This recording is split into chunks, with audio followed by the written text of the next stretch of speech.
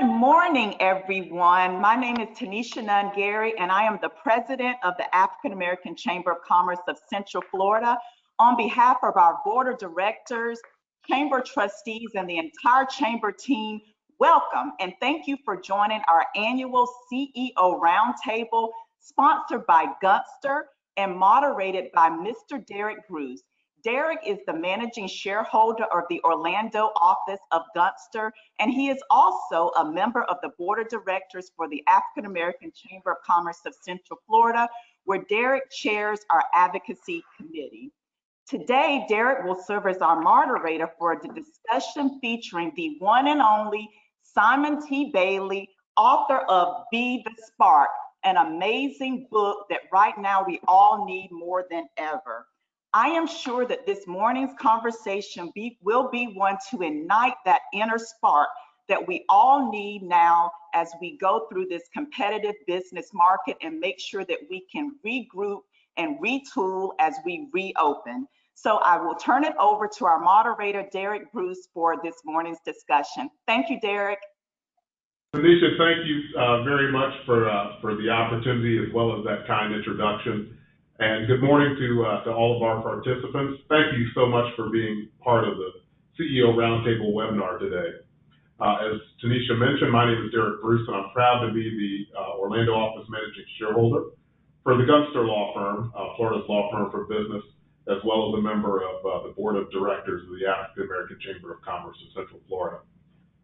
Many of you were with us last year when we kicked off the CEO Roundtable series with a luncheon where a diverse panel of business executives shared some of the principles by which they lead their organizations and their teams.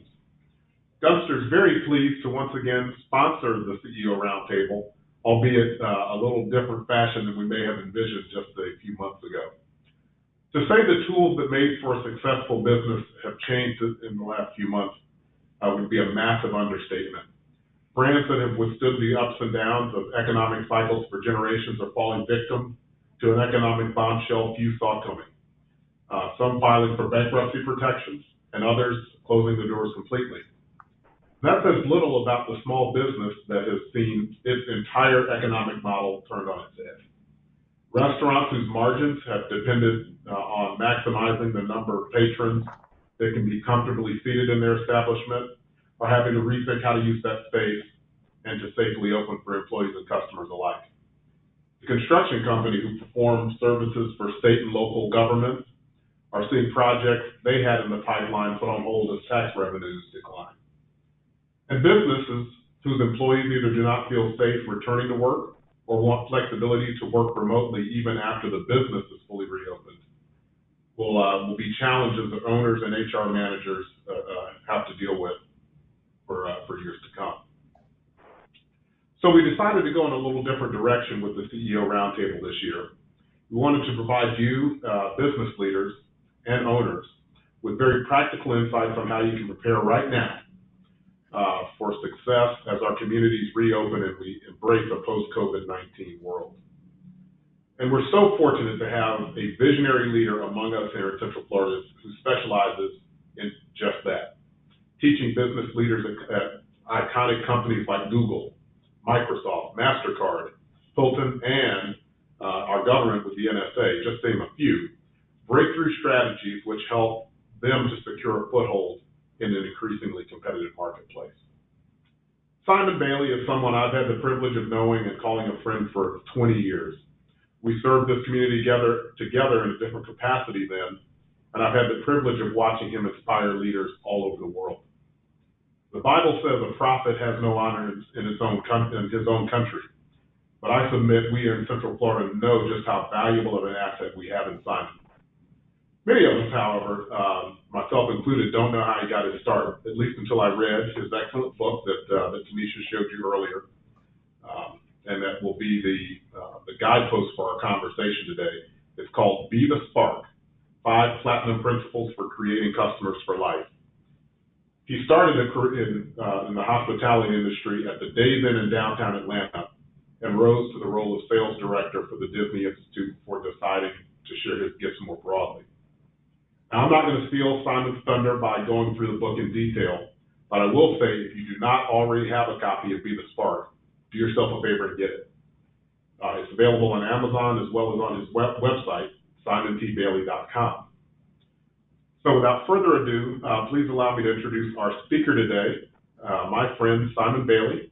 Simon, please say hello to the almost 200 people that have registered and signed on to be part of today's webinar. Wow, hello, and so good to be with you, Derek. Thank you for this opportunity. Hello, everyone. It's good to be here.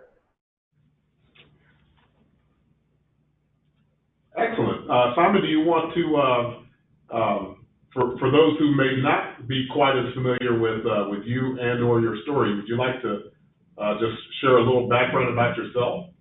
Yeah, so quick story. Grew up in Buffalo, New York. 35 years ago, mom and dad dropped me off at Morehouse College at the end of my freshman year. They said, we don't have the money to send you back to Morehouse, nor do we have money to bring you back home to Buffalo, but we do love you. So dropped out of Morehouse, went to Georgia State, and it took me about 10 years to finish my undergrad degree. Moved to Orlando, Florida about 28 years ago. I am the proud father of a 21-year-old son that is at Valencia on his way to UCF, and an 18-year-old daughter who will be graduating on Saturday with a physical graduation. And she got accepted to Rollins College on academic scholarship. And I left Disney about 17 years ago and have worked in almost 1,800 organizations in 49 countries. And it's good to be here and to be home. So that's a little snippet of my story. Wonderful, thank you. And I'm sure I know that we'll get into more of it in part because we're going to start off with questions that have been posed by the participants who are in attendance today. The chamber in the invitation and the follow-up offered the opportunity for people to ask questions of you directly. So I think it's best for us to start with the things that the people listening are most interested in hearing. So the first question is, what suggestions do you have for a company and or a small business owner to prepare for future emergencies like what we're seeing right now with COVID-19? Yeah, so when they think about the future, they should think in 3 lanes, 3 buckets. First one is people, process, payoff. When I talk about people, specifically, do you have men and women on your team that are cross-trained, that understands a little bit about what everyone does? They don't have to be a subject matter expert, but if something happens, they need to at least have a working knowledge to keep the business going. Then the other thing is, when you look at your people on your team, how many of those are in roles that perhaps need to be reskilled or upskilled?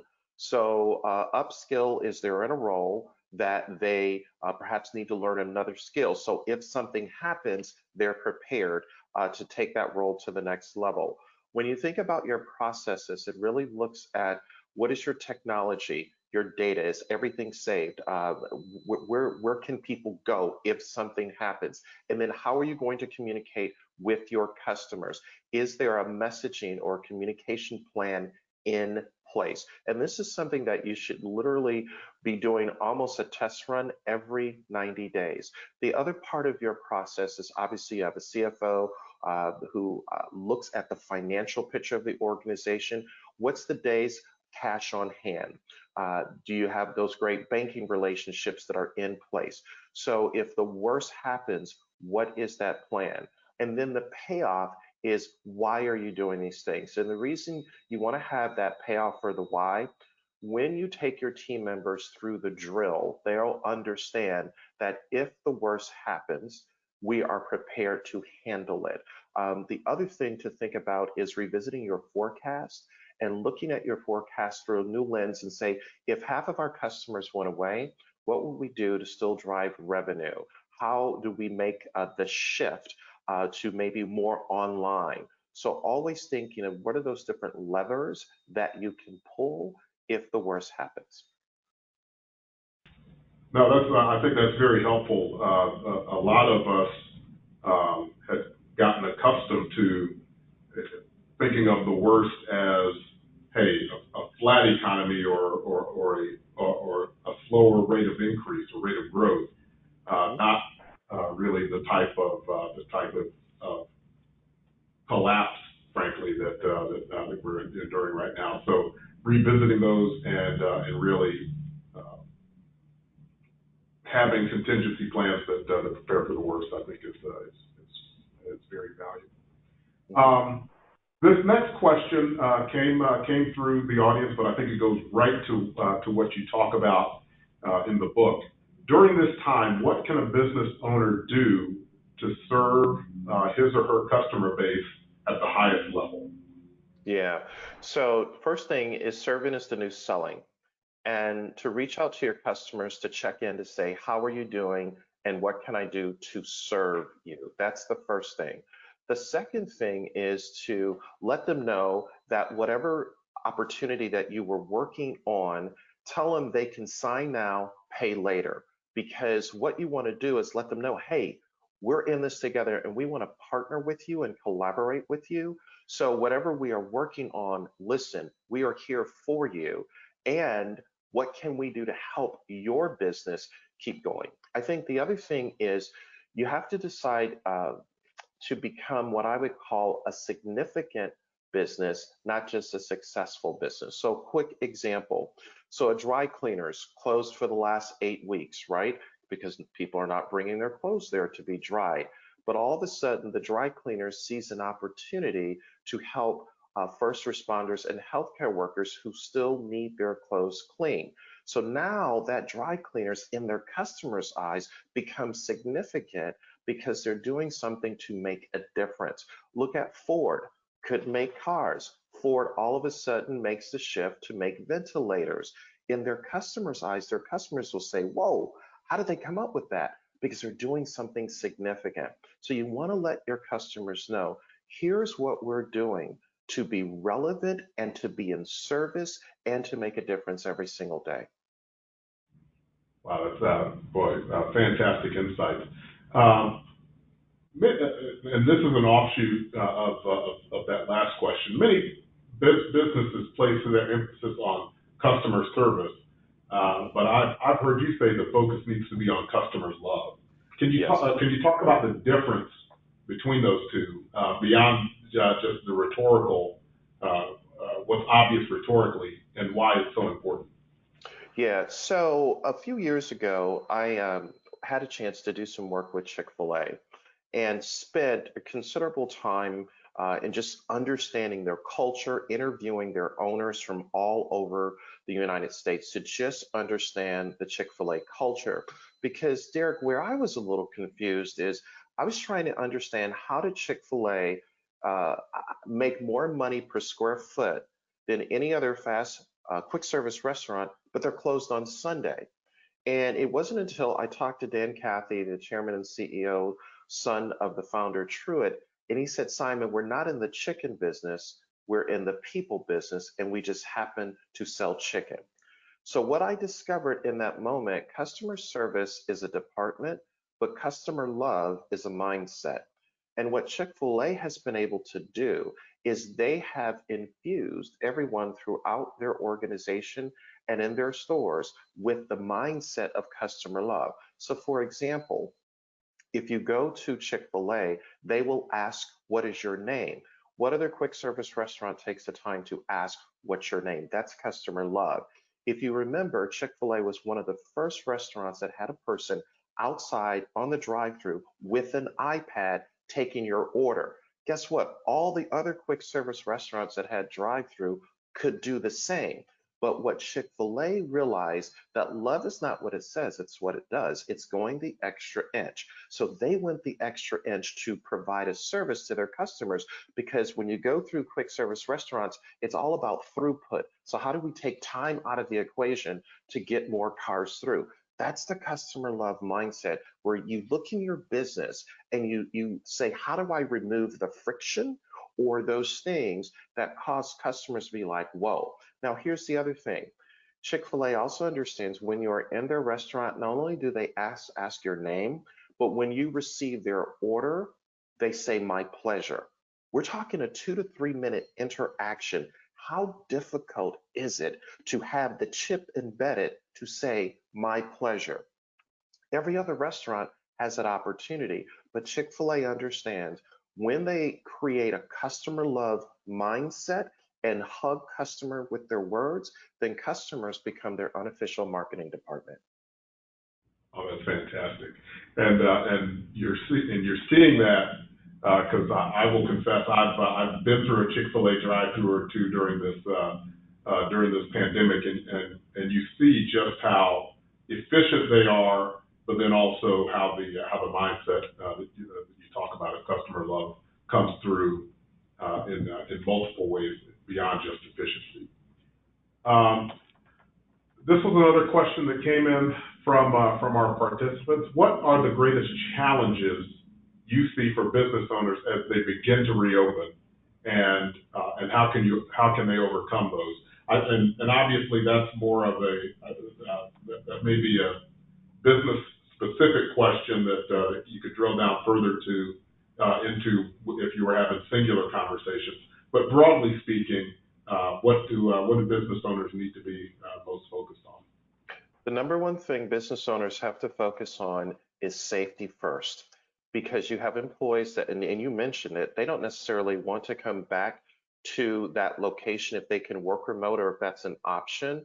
So if you want them to come back to work, talk about what have you done to create a safe environment.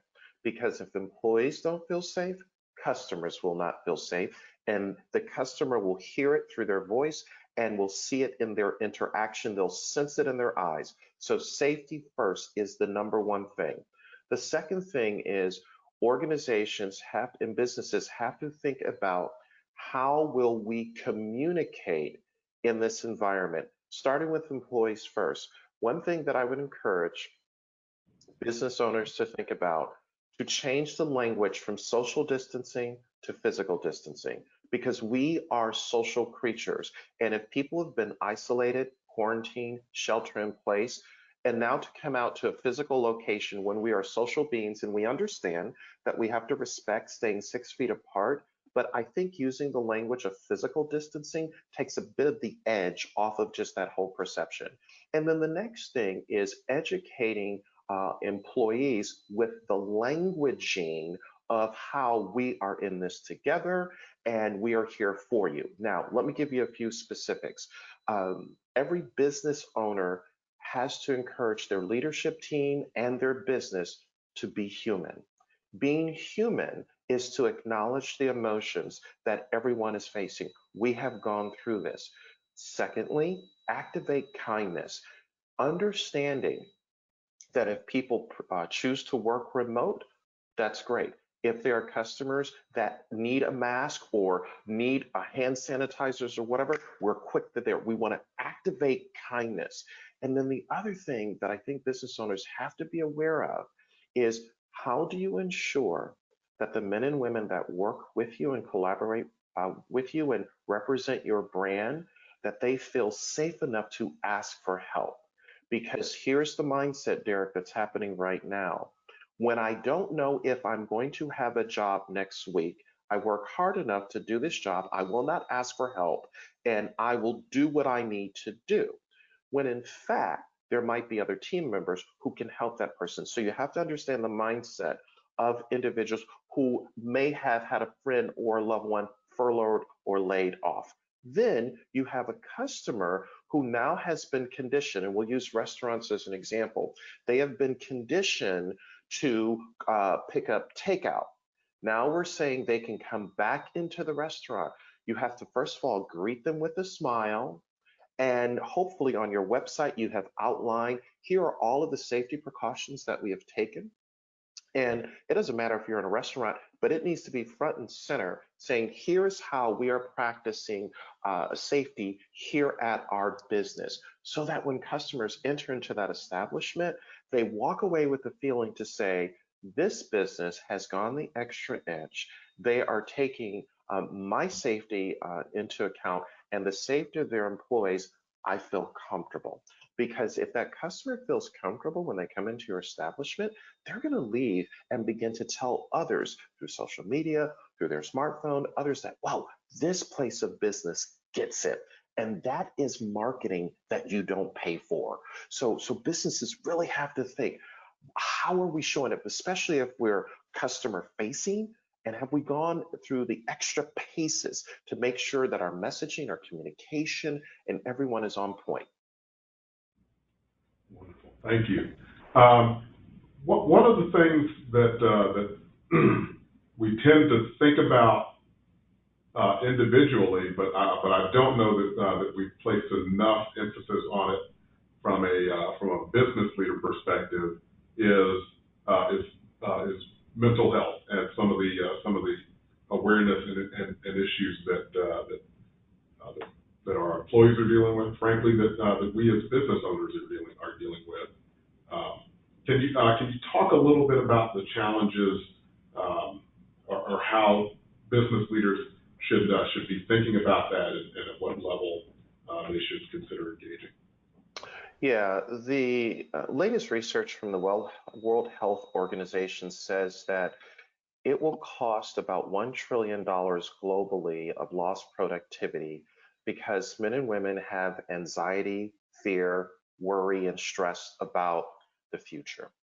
So I would encourage business owners, business leaders, and everyone listening to us to think about, in addition to your EAP or employee assistance programs that you may have available, and if you don't, I would at least invest in a psychologist or a psychiatrist, someone who is on retainer with the organization, and make that available to all of the staff people on your team, because people have gone through an emotional tsunami over the last 8 to 9 weeks, and now we want them to be productive and act as if anything, nothing has happened when it has. So we have to acknowledge the emotions. So number one, make that investment in a professional. Number two, with the management team, doubling down to check in with individuals, especially if you have individuals that are working remote. And checking in is, don't make it seem as if it's micromanagement, but it's really just to check in on how you're doing and how can we best support you. I think the third thing that organizations have to consider, especially as it relates to mental health, and I have been on this bandwagon for 2 straight years saying that performance reviews need to evolve into a career investment discussion. And what that simply means is asking, where have you been? What can you do? And how can I best support you? More of a conversation than holding people's feet to the fire with key performance indicators, the strategic objectives that the organization was pursuing in fiscal 2020 before COVID-19. So they've got to revisit that, because anything will trigger individuals, Derek, and everyone listening to us. People will be triggered if they hear the wrong thing. Oh, my performance is being called into question. Oh, I'm not going to get my bonus. Oh, my hour is going to be cut. Oh, do I still have value? So the reason mental health has to be addressed early and often with a specific laser focus is that when people have the right mindset, skill set, and will set, and they feel safe, they will go above and beyond the call of duty, because the brand and the business has taken time to focus on well-being. Well-being, as organizations think about FY 2021, they need to set aside some money for well-being, and that is having that person on staff that anyone can talk to at any time. I love what you said about the evolution of performance reviews to career investment discussions, because that really is what we want to be the focus on. What is that individual's focus, and what are their goals, and where do they want to get to within the organization itself? So I want to come back or focus for just a minute on Be the Spark, and specifically the acronym that SPARK is. See, personalize, anticipate, respond, and keep. Now, you spent about 130 pages in here describing that, but can you talk a little bit about those concepts, what they mean, and provide some practical applications for our participants today? Yeah, so I have 30 years in the hospitality industry, 6 different companies, 10 different jobs, and obviously worked at Disney. And I said to our instructional designer who used to work at Disney University, I said, what is it that we know after working with 1,800 organizations around the world? And what we discovered, businesses that thrive, small, medium, large companies, they have a spark, a man or woman who shows up every single day to add value, go the extra inch without being told to do so. In other words, men and women that have that spark, they quit their job and go to work because the job stands for just overboard. Men and women that have that spark understand that a paycheck is given to people who show up, but opportunities are given to men and women who work beyond what they're paid to do. So from a practical standpoint, we begin to kind of unpack each of the principles. When you see them as guests, it's specifically looking through the lens of a guest to say, how do I exceed your expectation? What is it that I can do to not only make you smile, but to encourage you to come back again? So I'll give you a quick example. Chewy.com, which those who are pet lovers are familiar with Chewy.com. When we were getting ready to go to print with the book Be the Spark, Melissa, our director of business operations, said, wait a minute, you got to hear this story. And I said, well, tell me. She said, my girlfriend received her monthly subscription of dog food from Chewy.com, and she had forgot to call Chewy to cancel the subscription. So she calls Chewy, gets a person on the other end of the line saying, hey, my dog died. And the person said, we are so sorry for your loss. We will refund your money to you, and we wish you the best. Well, she thought that was the end of the transaction. Well, the next day, the doorbell rings, and there's a person outside her door with flowers and a sympathy card from Chewy.com. Because when you see through the lens of a guest, you understand that you have to listen to hear, but also listen to understand, to see that opportunity. So we were blown away with that. And I'm like, that's it. That's the mindset. So that person on the 800 number, Derek, that person understood, wait a minute, I don't have to go to my manager, to my boss.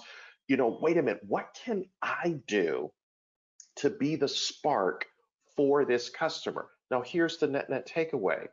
According to Gallup, research says 70% of human decision making is emotional, 30% rational. So people emotionally connect with a brand, and then research says they spend more, pay a higher margin, and tell others about it. So now let's put this in the context with the Chewy.com story. When this woman gets her next pet, who do you think she's going to go back to for her dog food? All because when you understand how to see them as guests, personalize the experience, anticipate their needs, respond immediately, and keep them loyal with acts of kindness, they will begin to yelp about your brand. Thank you. Wow.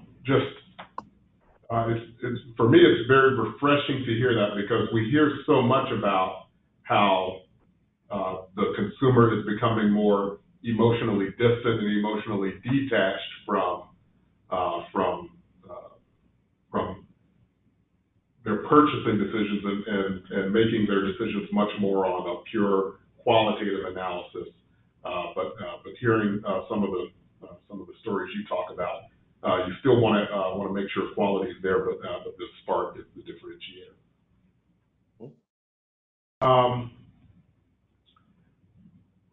One thing that I've paid attention to a lot recently, and I mentioned this to you as we were preparing for this conversation, it seems like before COVID, you would have companies and advertisers that would run the same ads for what seemed to be like years at a time. But it seems like there's been almost a rapid response on the part of companies that are retooling and that are surviving to create content that is aimed at letting customers know that the business is familiar with and can identify with what the customer or the potential customer is going through. That seems to be a way of making that connection at a time when the customer is receptive and allowing that type of emotional connection to be formed that would endure beyond this crisis. Am I onto something, or is that a little bit, or is that something even a little different than what we were talking about? No, you're totally onto something. In fact, if you have been following the headlines, Cottonelle tissue maker has partnered with the United Way to specifically make a donation during this time to organizations that are supporting the relief efforts, right? You also see Tropical Smoothie that gave over 100,000 smoothies away to first responders and healthcare workers throughout the country as a way of showing that we are a brand that is connected and not tone deaf to what's happening. So one of the things that you'll start to see with advertisement, and let me just make a broad statement and then I'll dive a little bit deeper.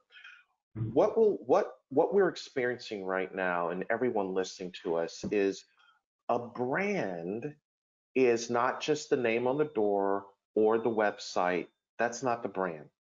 The brand during this time is an emotion, a connection, a perception, a moment, and a memory.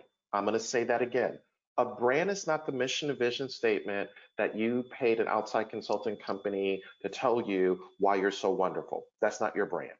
Your brand is an emotion, a connection, a perception, a moment, and a memory. So the question becomes Socratic method of learning. How will my brand be perceived during this time? Will I be perceived as a brand that was listening and became a part of the solution?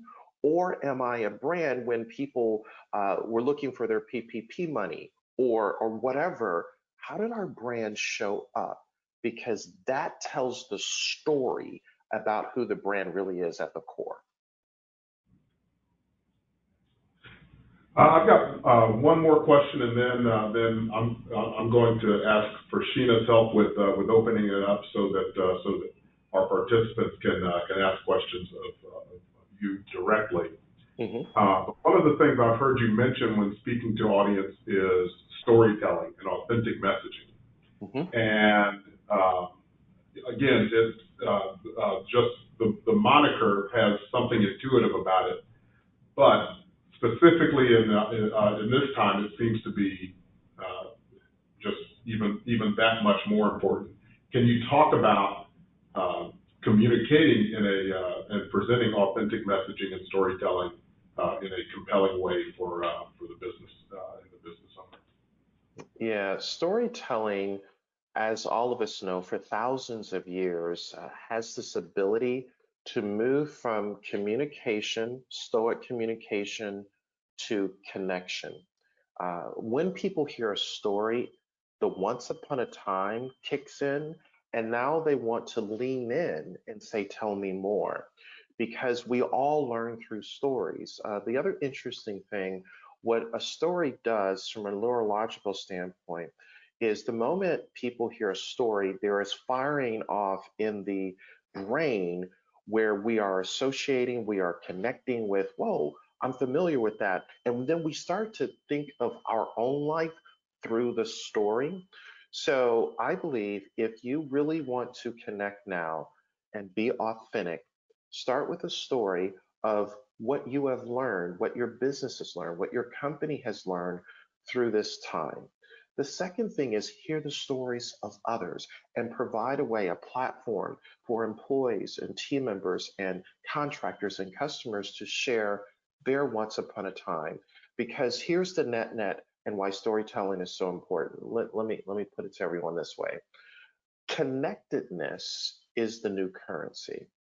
So when I hear a story of what you have been through, it becomes that human moment where we now say, whoa, we're in this together and no one is better than the other. And here's the other power of storytelling when you're being authentic. You're moving from me to we. And moving from me to we creates more validity, in that storytelling, because now people begin to trust you, they begin to honor and respect that, you know what, you're just like me, and we're going to get through this together. Thank you, Simon. And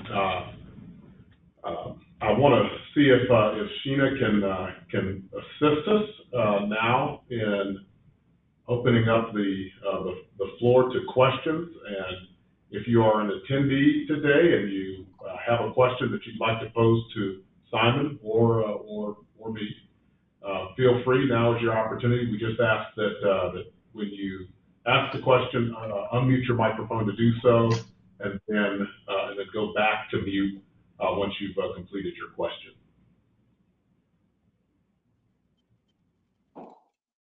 Hi, Derek, this is Tanisha. Can you hear me? I can hear you just fine. Okay, wonderful. We do have some questions that have come through the chat, so I'd like to just share a few of those. Okay, wonderful. Yes, one of them is, Simon, when you are scheduled to speak in person, are you asking what the hotel or venue is doing for public safety? Yeah, great question. So not only am I asking that question, but the client that's looking to book me, they are actually coming to us with what the hotel is doing from a safety standpoint before they even put their attendees and participant and customers and employees in that establishment, because obviously there's there's risk in insurance. So they do the due diligence, and then they come to me to say, here's what we've done. And then we ask our questions specifically, like, okay, what does physical distancing look like? Do I need to go to an executive dinner the night before? And just all of those different questions. So yes, we are asking those questions for sure. Wonderful. Another question is, what are your ideas on how to maintain a relationship with past clients? Yeah, so when you think of past clients, the first thing to think about is look in your database and when was the first time that you did business with them. If you have those records or some information, reach out to them perhaps near or around the anniversary date to say, hey, do you realize 5 years ago on this date, we had a chance to work together. Now, let's say that date is a little bit further away. What is a factoid that you remember about that particular past client? I'm talking about the name of the dog, the cat, the niece, the nephew, the son, the daughter, some way to connect with them.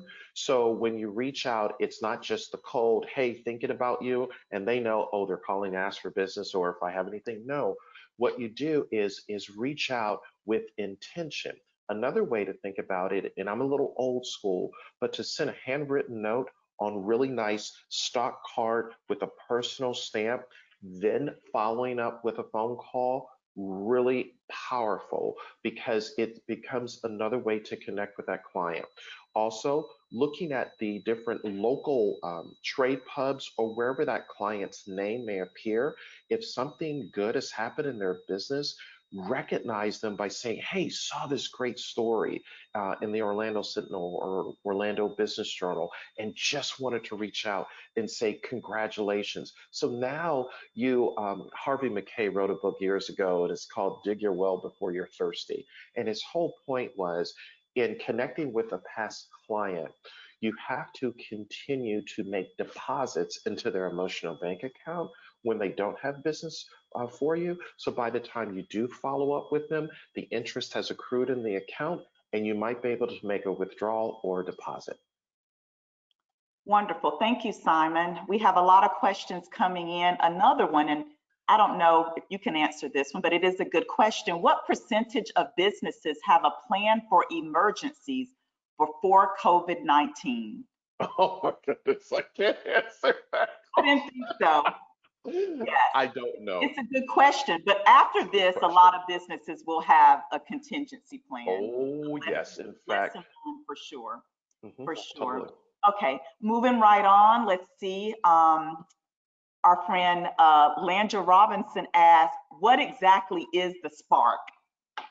Yeah, so the spark is that person, he or she has what I would call fortitude. Fortitude is the new attitude.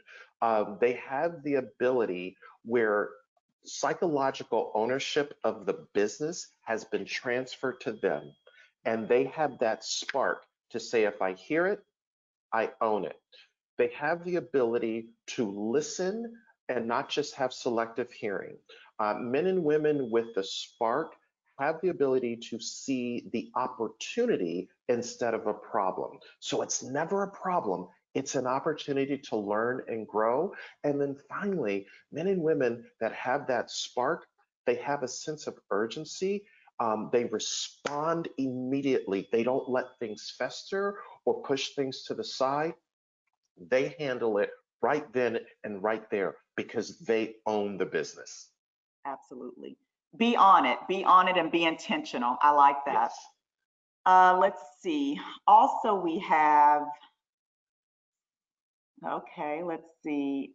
Any advice for remote workplace businesses that home based but want to build a Chick-fil-A experience for clients? Yeah, great question. So three recommendations, and I have been, as you can imagine, on dozens of um, Zoom calls with different clients looking at strategy. So first thing to create kind of like that Chick-fil-A experience from a remote standpoint is what would it be like to just humanize the experience with a customer and perhaps you know them and say, hey, when we get on our Zoom call, it's okay if your family members or the dog barks, the doorbell rings, whatever, that is totally fine because that's a human moment. And then taking that moment to say, what's the name of your dog? Wow, what type of dog is it? It's looking for that opportunity to build a bridge from where you are to where they are virtually, critically important. Another thing is to, if you know that a person is now quarantined, shelter in place, or working remote, and they have perhaps an elderly parent that they are looking after, what would it be like for the business to say, hey, what if we invested in an Instacart card for you that allows groceries to be delivered so you don't have to go out? It's looking for that opportunity to give them something that they can't get anywhere else. That's a surprise and delight. So I'll give you just a quick example. So I've been going to Hillstone Cafe in Winter Park for like 20 years, and obviously have been going during this time picking up to go. So Cindy, the general manager, knows me by name.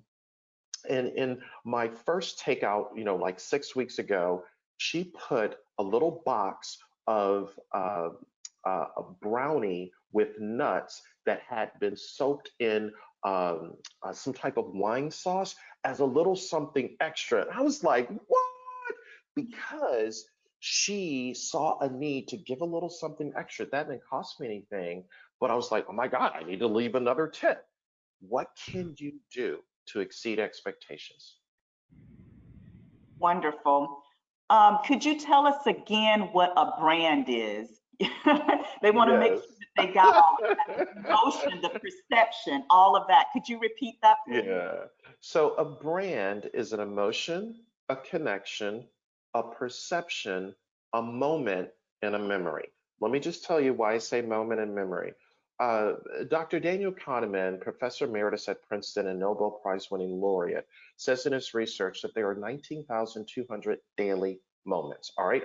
Disney is all about magical moments. So the business that everyone is in, you're in the business of moments because moments create momentum and momentum creates monumental results. Reverse engineer momentum, the root word is moment. So a brand is an emotion, a connection, a perception, a moment, and a memory. Wonderful. I hope that we all have it now. Thank you for repeating that. The next question, how do you handle an influx of possible diminished spark based on reduced personal incomes, based on company cutbacks, salary reductions, and new job descriptions?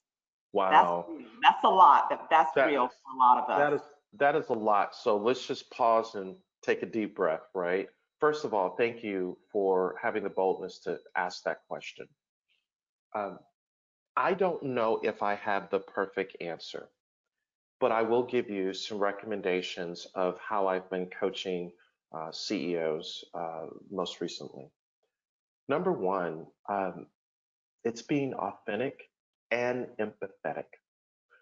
Empathetic is we have all gone through something. The authentic is we're trying to save the business and ensure we don't lay people off. And even though you're not making what you once made, we are day to day, week to week, but you're here. And what I am simply asking you as a leader is that we will go through this together. I will communicate early and often and let you know exactly what is going on in the business. That's the first thing. The second thing is to affirm them that they really matter. And here's why this is important. Language is the software of the mind, and we need to realize everybody is essential. Okay. So letting them know that no matter how long you've worked in the organization, no matter what your job is, hourly, salaried, you have value and you matter. And then the third thing is to find out not only their story, but their appreciation language. Everyone has an appreciation language. Everyone wants to be validated in what they do. But also, people have been listening to the news and they're hearing and all the news around them, and they're wondering, am I next? So to reassure them, understand also their learning style. Are they visual, auditory, hands-on? And as you think about the appreciation language and you think about how they learn, engage them in the manner on how they receive information. And what that does, that builds trust. Trust is the emotional glue of every relationship. So you have to build trust. And how you build trust is by what you say, how you show up. Don't put things into email because email triggers something behind content is intent. Be warm, be human, stay connected. Thank you, Simon. What are your ideas on how to maintain, I'm sorry. Do you think it is important to have an internal and external person within the organization with the spark? Oh, yes, absolutely. You need that person that has that internal spark because they're the torchbearer of the brand, right? And then you need that external person who can be a customer or a person that partners with the organization that also speaks well of the brand. And so if it's an external person, that person loves the brand for everything that it does. So absolutely, for sure. Wonderful. Okay. Let's see, we've got some more coming in. Awesome information. You continue to be a thought leader that I truly value. This pandemic has exposed the need for planning as the mainstay in business, not just an afterthought. And then I think that was just a comment. Another question, how do we help people get past the fear of technology that is new to them? Yeah, oh, great question. The first thing I would do is create reverse mentoring. Find someone who perhaps might be a millennial, Gen Z, or Xer, or even a boomer who understands technology, and let them reverse mentor that person who is struggling with it, who may be in their same age group or maybe not, and let them do a show and tell where they can get online virtually and begin to work through here's what it is. And that's a great way to lessen that learning curve when it comes to technology. Buddy system, just have a buddy system. Buddy system, that's great. And Simon, Shelley wants to know how she can purchase her own autographed copy of your book, Be the Spark. She wants it autographed to Shelley, and she wants to know how she can purchase her own copy. Yeah, so tell her just to send an email to hello@simontbailey.com. I just had a Lionel Richie moment there. Hello. So send an email. Melissa in my office will get the email and she'll make sure that you get that signed copy of the book. So hello@SimonTBailey. The T, don't forget the T like terrific, Bailey.com. Okay, and Simon, yes, you are terrific. So that's hello@SimonTBailey.com. teambailey.com. That's Yes. how you can get an autographed copy of the book. Let's see Yes. if more questions have come through. I think, Derek, I believe that's all of our questions that we've received so far from our audience this morning. So I can turn it back over to you if you want some final comments. Absolutely. Tanisha, thank you. And wow, what great questions we had coming, and obviously we had a good group, a super engaged group today. So Simon, thank you so much for taking your time and sharing these valuable insights. It sounds like the audience is already thinking this way, but as we mentioned earlier, please get your copy of Simon's book, Be the Spark: 5 Platinum Principles for Creating Customers for Life. We'll send out a link by email following this program to both the Amazon page as well as his website.